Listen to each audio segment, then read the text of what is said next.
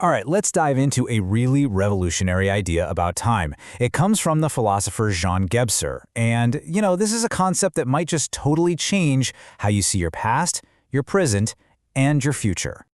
Okay, let me ask you something. Really think about it for a second. Do you ever feel like you're being completely torn apart by time? Like you're constantly pulled between regrets about the past and this crippling anxiety about what's coming next?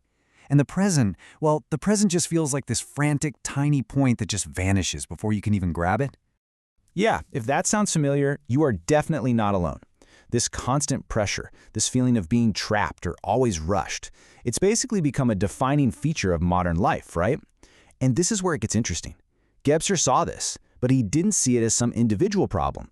He saw it as a collective crisis, a time sickness. So let's get into what he called the modern time sickness. And let's be clear, this is not just about you needing a better calendar or, some time management hack. For Gebser, this was a deep, full-blown civilizational crisis. And here's the absolute core of his idea, and it's a big one. What if all that stress, all that anxiety, what if it's not your fault? What if it's not some personal failing, but actually a symptom that our entire worldview, our whole way of seeing time is collapsing, and maybe, just maybe, making way for something totally new? Okay, so to really get why it's all collapsing, we gotta look at the box we've been living in. It's a kind of a mental box, and Gebser has a name for the structure that built this box. He calls it the mental rational consciousness. Think about it like this. For the last few hundred years, our world has been totally dominated by this mental, rational way of seeing things. And what does it do? It treats time like a line, like a ruler, right? We measure it, we chop it up, we spend it, we save it. We've basically turned time into this three-dimensional spatial thing. But what if time isn't spatial at all? And this is the crucial part. By turning time into an object, into something we can measure and control, we've basically stripped it of its life, of its intensity. We've taken this living, flowing river and chopped it up into these dead little fragments, past, present, future.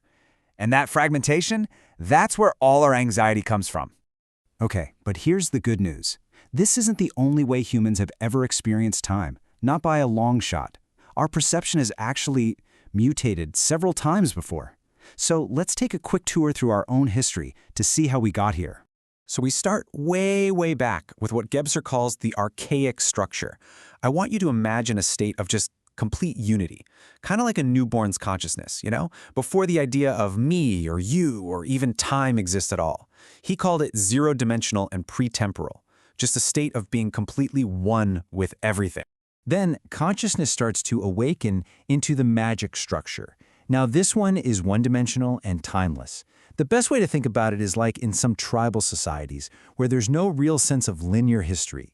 It's more like an eternal present, where everything is interwoven. Symbols are powerful, events are connected, and a small part can magically represent the whole thing. And following that, we get the mythic structure. This is more of a two-dimensional consciousness, and here time is experienced as a cycle. He called it temporicity. Think about the turning of the seasons, the cycles of the moon, the rhythm of telling stories around a fire. Time wasn't something you measured with a clock. It was something you felt in your soul and in nature. So this table really lays out the whole journey for us. You can see the progression. We've gone from the zero-dimensional archaic to the one-dimensional magic, the two-dimensional mythic, and then bam, our current three-dimensional mental structure. But look at that last row. That's the key. Gebser was convinced we're on the brink of another leap, a huge one, into a four-dimensional integral consciousness. And with it comes a state he called atemporality, or time freedom. Which brings us to the really exciting part, this next great leap. So what in the world is this time freedom that Gebser was talking about? Okay, this chart really shows you the massive shift we're talking about. We're moving away from time as just linear duration and toward feeling it as an intensive presence. It's like we're finally throwing away the ruler and discovering that time is more like a living, breathing volume.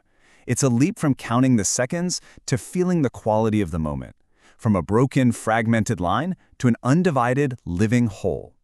Gebser himself said it so beautifully. He wrote, "Time is no longer a perspectival metronome, but a volume, expanding and contracting to fill the intensity of its creative intentions." Just think about that for a second. Time isn't just ticking by. It's something that can actually expand and contract based on how much meaning and intensity we bring to the moment. So, how do we actually perceive the world this way? It sounds pretty out there, right? Well, Gebser laid out a kind of three-step process. First, there's synthesis.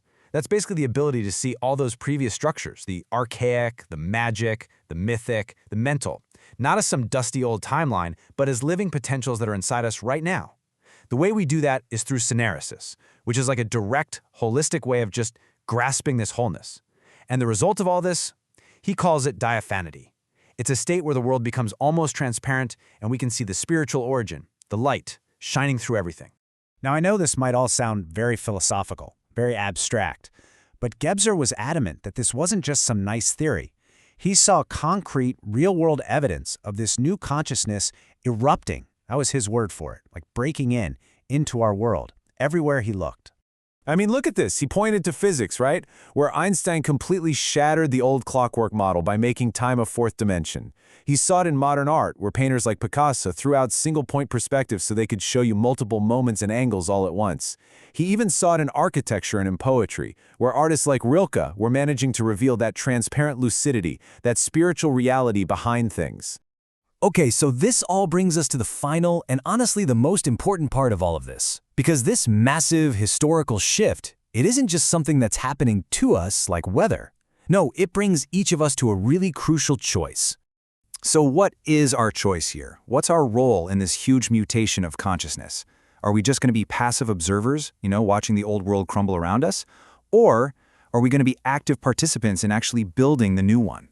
Gebser framed the choice perfectly. He said, we have two options. On the one hand, we can passively let time be fulfilled in us.